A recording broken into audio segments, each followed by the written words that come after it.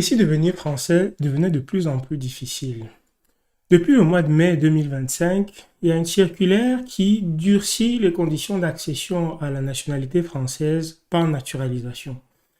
Est-ce une nécessité républicaine ou alors une fermeture de plus, comme diraient certains?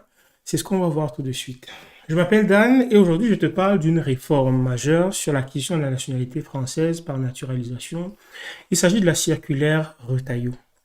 Cette vidéo s'adresse à toi si tu souhaites obtenir la nationalité française, si tu es juriste, enseignant, journaliste ou analyste politique dans les politiques migratoires, ou simplement si tu es un citoyen qui souhaite s'informer sur les enjeux de l'assimilation et de l'acquisition de nationalité des étrangers.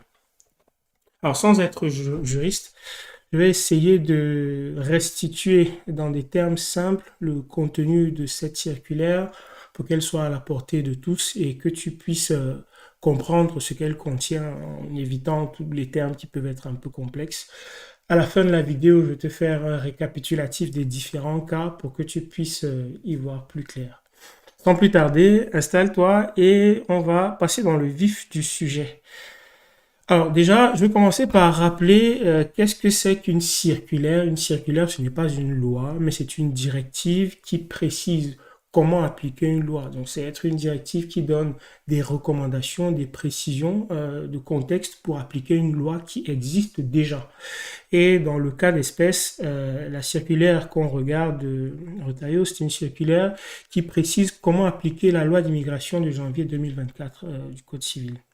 Donc, l'idée centrale de cette thèse, le ministre Bruno Retailleau assume clairement le durcissement des conditions d'acquisition de la nationalité française.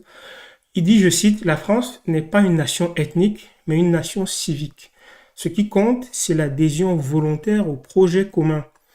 C'est ce qu'il appelle l'assimilation. Et il dit, plus loin, je cite, je revendique cette circulaire d'assimilation. Et le mot assimilation revient plusieurs fois. Comment je le comprends? C'est dire que la France, en fait, c'est un peuple qui est basé sur un certain nombre de droits et de devoirs. Et le fait de devenir français implique d'adhérer complètement à ses devoirs et à ses droits pour faire partie en fait de la nation française. C'est comme ça qu'il le présente et qu'il l'assume. Et pour tout te dire, de ce point de vue-là, je suis tout à fait d'accord. Maintenant, on va regarder sur quoi repose cette circulaire, qu'est-ce qu'elle contient. Il y a 3 piliers. Le premier, ça va être, on vient d'en parler, l'assimilation. Le second, c'est d'avoir un comportement irréprochable. Et le troisième pilier, c'est une autonomie financière durable. Alors le premier pilier, l'assimilation à la communauté nationale a 2 articulations. La première articulation, ça va être le niveau de langue qui passe de B1 auparavant au niveau B2 à l'écrit à l'oral. Et la date d'application, c'est à partir du 1er janvier 2026 et cela concerne aussi les conjoints de Français, donc ceux qui demandent la nationalité par mariage, ce qui n'était pas le cas aujourd'hui. La deuxième articulation de ce premier pilier, ça va être l'adhésion au principe de la République. Concrètement, on va introduire à partir de janvier 2026 aussi un examen civique obligatoire sur la culture, l'histoire, les institutions, les droits et devoirs des Français. Et ensuite, il y aura un entretien d'assimilation comme ceux qu'on a déjà aujourd'hui sur la compréhension concrète des valeurs de la République, donc liberté, égalité et fraternité, la laïcité, l'égalité homme-femme. Cet examen existe déjà aujourd'hui, mais il sera beaucoup plus approfondi et beaucoup plus resserré. Deuxième pilier, ça va être donc le comportement irréprochable du demandeur. Donc, première articulation, c'est l'exemplarité. Donc, il ne faut pas avoir eu de condamnation pénale de 6 mois ou plus de prison ferme, ou il ne faut pas avoir commis de crimes contre la nation ou des actes de terrorisme et des choses dans ce genre. Et en cas de comportement douteux, le préfet a le droit de rejeter ou d'ajourner la demande pour donner le temps au demandeur de clarifier sa situation ou de prouver une amélioration si jamais il a été condamné pour une peine qui est moindre que celle qui entraîne un rejet automatique. Donc la deuxième articulation du critère sur le comportement du demandeur, ça va être le respect du droit au séjour. Attention, ici, c'est un peu délicat. Donc, les demandes irrecevables, ça va être celles pour lesquelles le demandeur est en situation irrégulière au moment où il pose sa demande ou sous l'arrêté d'expulsion ou d'interdiction de séjourner, donc une OQTF, interdiction de séjourner en France. Donc, c'est irrecevable. Et les demandes qui vont être rejetées, ça va être des personnes qui ont aidé une tierce personne à séjourner de manière irrégulière en France ou qui ont elles-mêmes été de manière irrégulière en France, même si le séjour a déjà été régularisé, et ou les personnes qui ont multiplié les recours abusifs. Je fais un petit point d'arrêt pour expliquer la différence entre irrecevable et rejeté. Irrecevable, c'est qu'on ne regarde même pas ta demande. On la reçoit même pas, on n'étudie même pas. Et les demandes rejetées, ben, on la regarde et puis elle va être rejetée pour ce critère-là. Voilà. On va regarder le troisième et dernier pilier de cette circulaire, ça va être l'autonomie financière et professionnelle durable. Donc en première articulation, c'est la stabilité professionnelle qui est évaluée désormais sur une période de 5 ans plutôt que sur une période de 3 ans comme par le passé.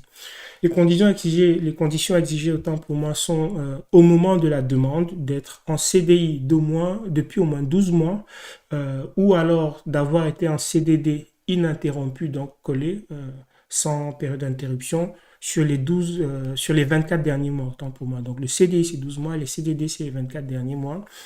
Les exceptions à cette règle-là des 5 ans et des CDI et des CDD ininterrompus, ça va être des personnes en situation de handicap, des personnes avec des maladies de longue durée qui potentiellement empêchent de travailler, et des talents exceptionnels. Donc les talents exceptionnels, c'est ceux qui en général ont le passeport talent, ça va être des étudiants d'excellence aussi, des chercheurs dans les domaines pointus, des artistes et des sportifs qui peuvent apporter un plus à la nation, donc qui peuvent bénéficier d'une naturalisation facilitée, donc où le séjour est réduit, donc la durée est réduite à 2 ans au lieu de 5 ans.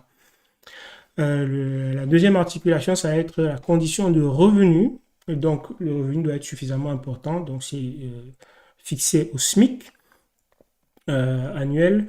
Et donc on va regarder la provenance, l'origine des revenus qui doit être majoritairement en France. Sinon, il y a rejet. Et ces revenus doivent être faits hors prestations sociales. En conclusion, comme je te l'ai promis, je te fais un récapitulatif des cas d'irrecevabilité, c'est-à-dire les cas dans lesquels on ne va même pas regarder ta demande de naturalisation. Le premier, ça va être si tu as eu une condamnation supérieure ou égale à 6 mois sans sursis, si tu as commis des crimes, des délits contre la nation, le terrorisme, etc. Si tu as un refus manifeste constaté d'adhésion aux principes et aux valeurs de la République, ou si tu es en séjour irrégulier au moment où tu déposes ta demande. C'est-à-dire qu'à ce moment, on la regarde même pas, on l'étudie même pas, elle est irrecevable, elle est même pas regardée. Le rejet est obligatoire dans ces cas-ci, c'est-à-dire les cas, on va quand même recevoir ta demande, mais on va la rejeter. C'est si tu as eu des séjours irréguliers par le passé, même si tu as été régularisé. Je trouve ça quand même assez dur parce que on a tous des moments un peu difficiles dans son parcours et je trouve quand même très dur de condamner une personne à vie sur des événements qui peuvent être passés depuis très longtemps sans observer le parcours de la personne au global. Mais c'est le contenu de la circulaire, je te le restitue tel qu'il est. Donc, séjour irrégulier par le passé, même s'il a été régularisé. Et si tu as aidé une personne en situation irrégulière, ou si tu multiplies des recours, donc ta demande est refusée, tu fais un recours, tu fais un recours, tu fais un recours. Là-dessus, on peut te mettre dans une case rejet obligatoire, on ne regarde même plus.